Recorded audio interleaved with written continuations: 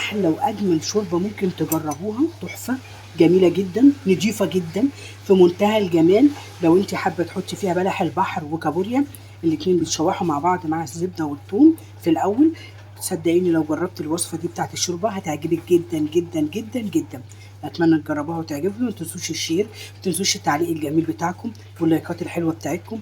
واستودعتكم في يد الله، مع السلامه. اول حاجه ادي الراس بتاعت الايه، بتاعت الجمبري. تمام كده، شايفين الراس بتاعت الجمبري بس من غير قشر.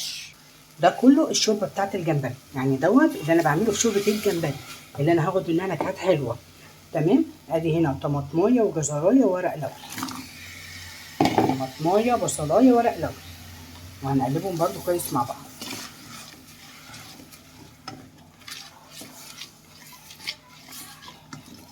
شايفين كده، هننزل عليهم بالايه، بالميه المغليه بعد ما ياخدوا تشويحه مع بعض. شايفين كده، خلاص هنحط عليهم الميه المغليه بقى، ميه مغليه ياخدوا غلوتين على طول. تمام. راس الجمبري بتعمل للشوربه نكهه حلوه قوي قوي قوي، وكل ده هنصفيه في الاخر طبعا يعني.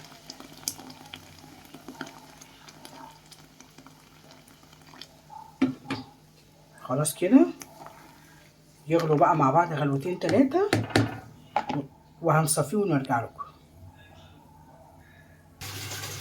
بصوا بقى الجمبري، بصوا الجمبري انا نقعاه نقعاه بليمون بس، مش ملح ولا حاجه عشان ما يتهريش، لان الجمبري ملوش روح.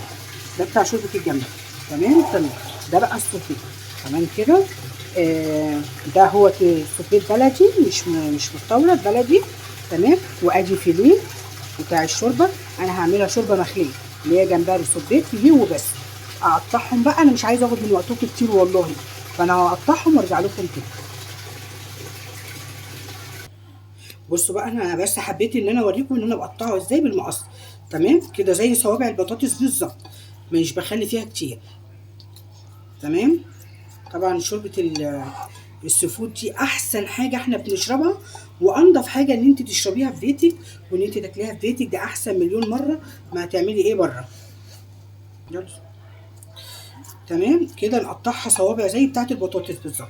طبعا اللي هي اللي ماسكه فيها دي بنشدها كده، مش بنقطعها عشان دي بتبقى خفيفه رقيقه جدا. تمام. تمام. دي طويله قوي هنقصها كده. تمام. دي اهي بتتشال كده، مش بتترمي، دي بتتغسل كويس قوي وبتتاكل. تمام. ودي زيها، والباقي بنقطعه بالمقص عشان دي ما تنفعش تتقطع بايدينا.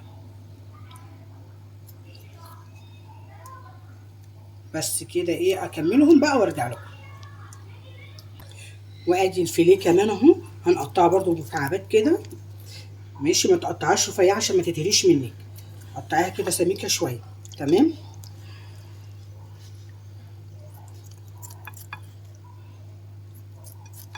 زي ما بتجيبيها من بره، بس هتبقى احلى وانضف لانك انت اللي عاملاها في بيتك. تمام.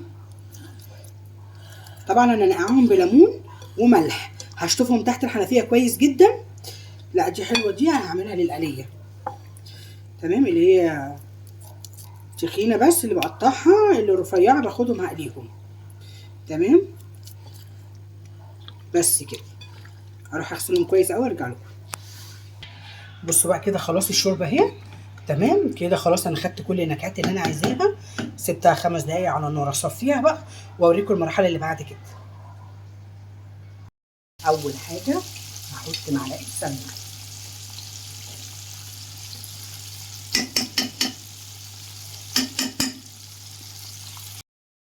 سمنه، زبده، نوع اي حاجه انت حابه تحطيها عندك حطيها. انا عن نفسي حطيت سمنه بلدي. تمام. وادي نص جزرايه وفصين ثوم مع السمنه يطلعوا ايه ريحتها.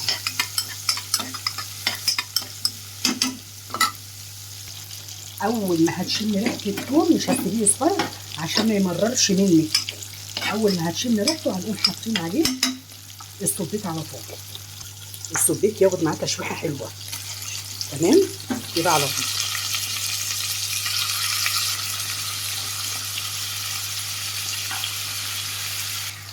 شوحهم كويس السبيت مفيش مشكله منه يا جماعه عشان ما بيتهريش، انما اللي بيتهري الجمبري، انما السبيت ناشف ناشف ناشف.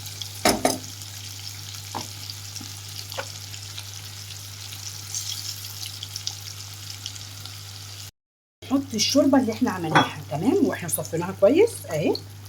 تمام تمام. ادي الشوربه الجميله بتاعتنا، ولا تشيلوا هم الصوت ده لان انا بقى لسمك الناحيه التانيه. تمام.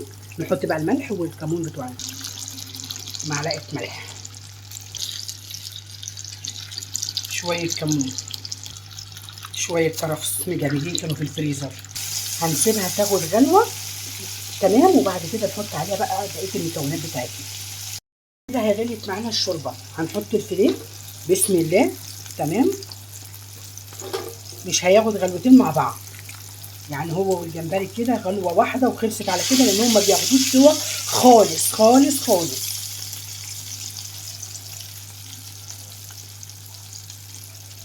وادي كمان الجمبري.